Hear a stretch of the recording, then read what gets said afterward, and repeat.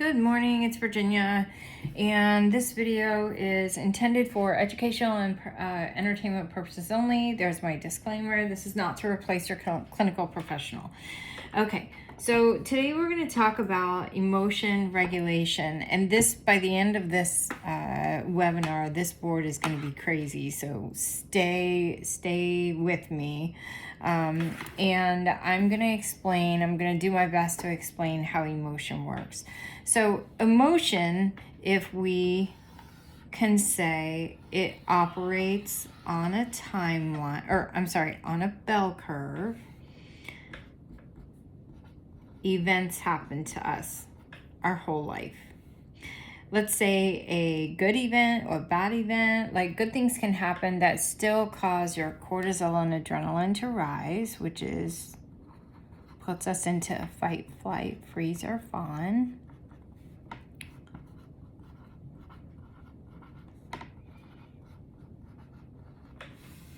So these can be happy events or they can be sad events. Having a baby, buying a house, buying a car, those are all happy events, but they definitely are stress inducing. There's a lot of work that goes into all of those things. So throughout your life, maybe even throughout your day, you're going to be doing good and bad things that are going to cause your cortisol and adrenaline to fire. Bad events, house fires, childhood trauma, adulthood trauma, car accidents. These are the things that kind of stick in your brain that really cause like PTSD, anxiety, depression. Okay, so good and bad things will affect your cortisol and adrenaline and will make it rise to fight, flight, freeze, or fawn. In fight, flight, freeze, or fawn, you are also at the peak of your emotions or point of no return. Do you stay and fight the bear? Do you run away from the bear? Do you lay down and play dead? Or do you pet the bear's hair and hope that the bear doesn't eat you? Fight, flight, freeze, or fawn. And eventually, your emotions have to come back down. And how do they come back down? Because you put naturally into place coping skills. So if you really think about it, you have coping skills. Maybe you walk the dog, maybe you read a book, maybe you check out with television, maybe you do word puzzles. You have natural coping skills that you are already equipped with. Clinical therapy can help you build new coping skills, and that's another webinar, but the 8 dimensions of wellness. But just know that you naturally have coping skills. So as we're working through this process, maybe sit down and bullet point, what do I do to come down? This is going to be important. Okay. So your cortisol and adrenaline fires, you go into fight, flight, freeze, or fawn, and eventually you have to come back down to what we call your baseline. Your baseline is homeostasis, or where you're just regulated. You're chilling, you're chill, you're nothing, you're just hanging out and you're good. Okay? If this some people call normal, but it's different. Normal is different for everybody. Everybody has a different normal. Now here's where it's going to start getting real dicey, just so you know. So let's say when we're born, this is our normal. This is our baseline.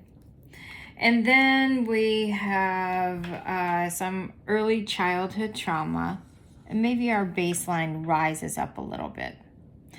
Then we have maybe some middle school trauma that never got worked out, so our baseline rises to here.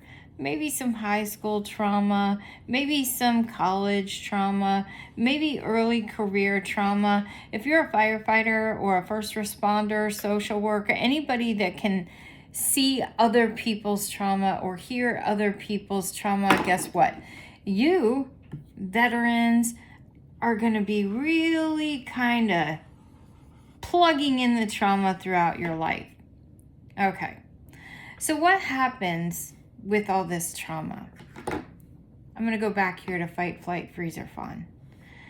When an event happens in your life and you go into fight, flight, freeze, or fawn, and your cortisol and adrenaline is firing, your brain literally shuts down. You are not supposed to be making decisions when you are in point of no return or fight, flight, freeze, or fawn. Why? Because you are dysregulated. Up here, you are not sound. You shouldn't be giving advice. You shouldn't be signing contracts. You shouldn't be talking to anyone. You should be sitting down and putting your coping skills into place. Your brain literally shuts down. In severe trauma, it can even go dark. It can turn off and store some of these traumatic events down here into the subconscious where you don't even remember them happening. And then what happens is you've got a bunch of trauma stored down here, because depending on the severity of the trauma, if you store it down here, the goal is to come back here and have a conversation about it.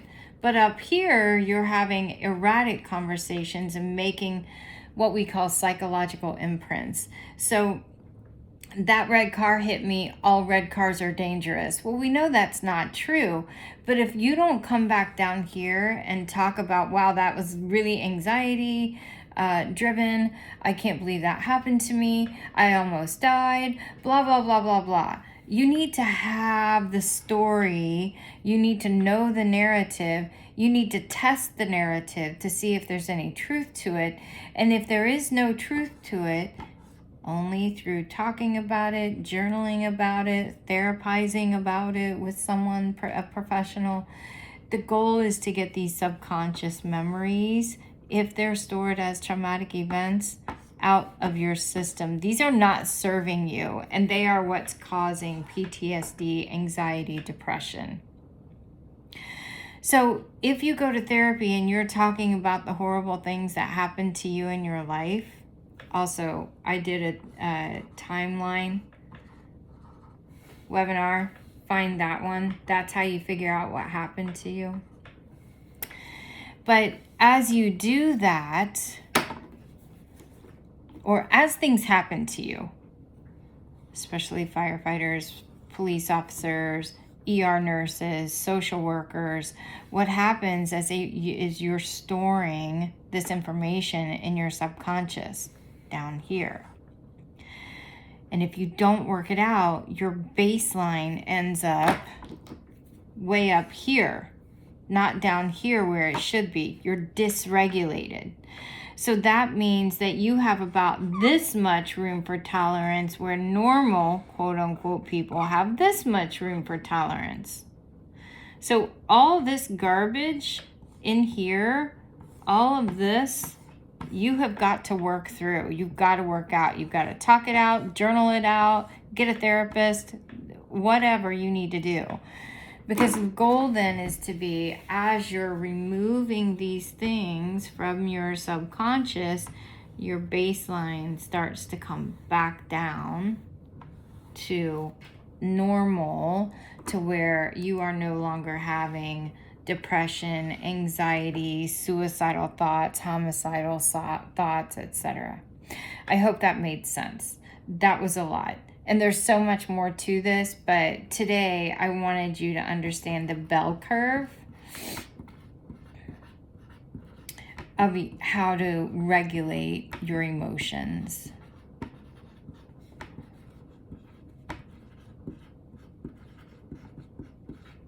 This is how emotions work.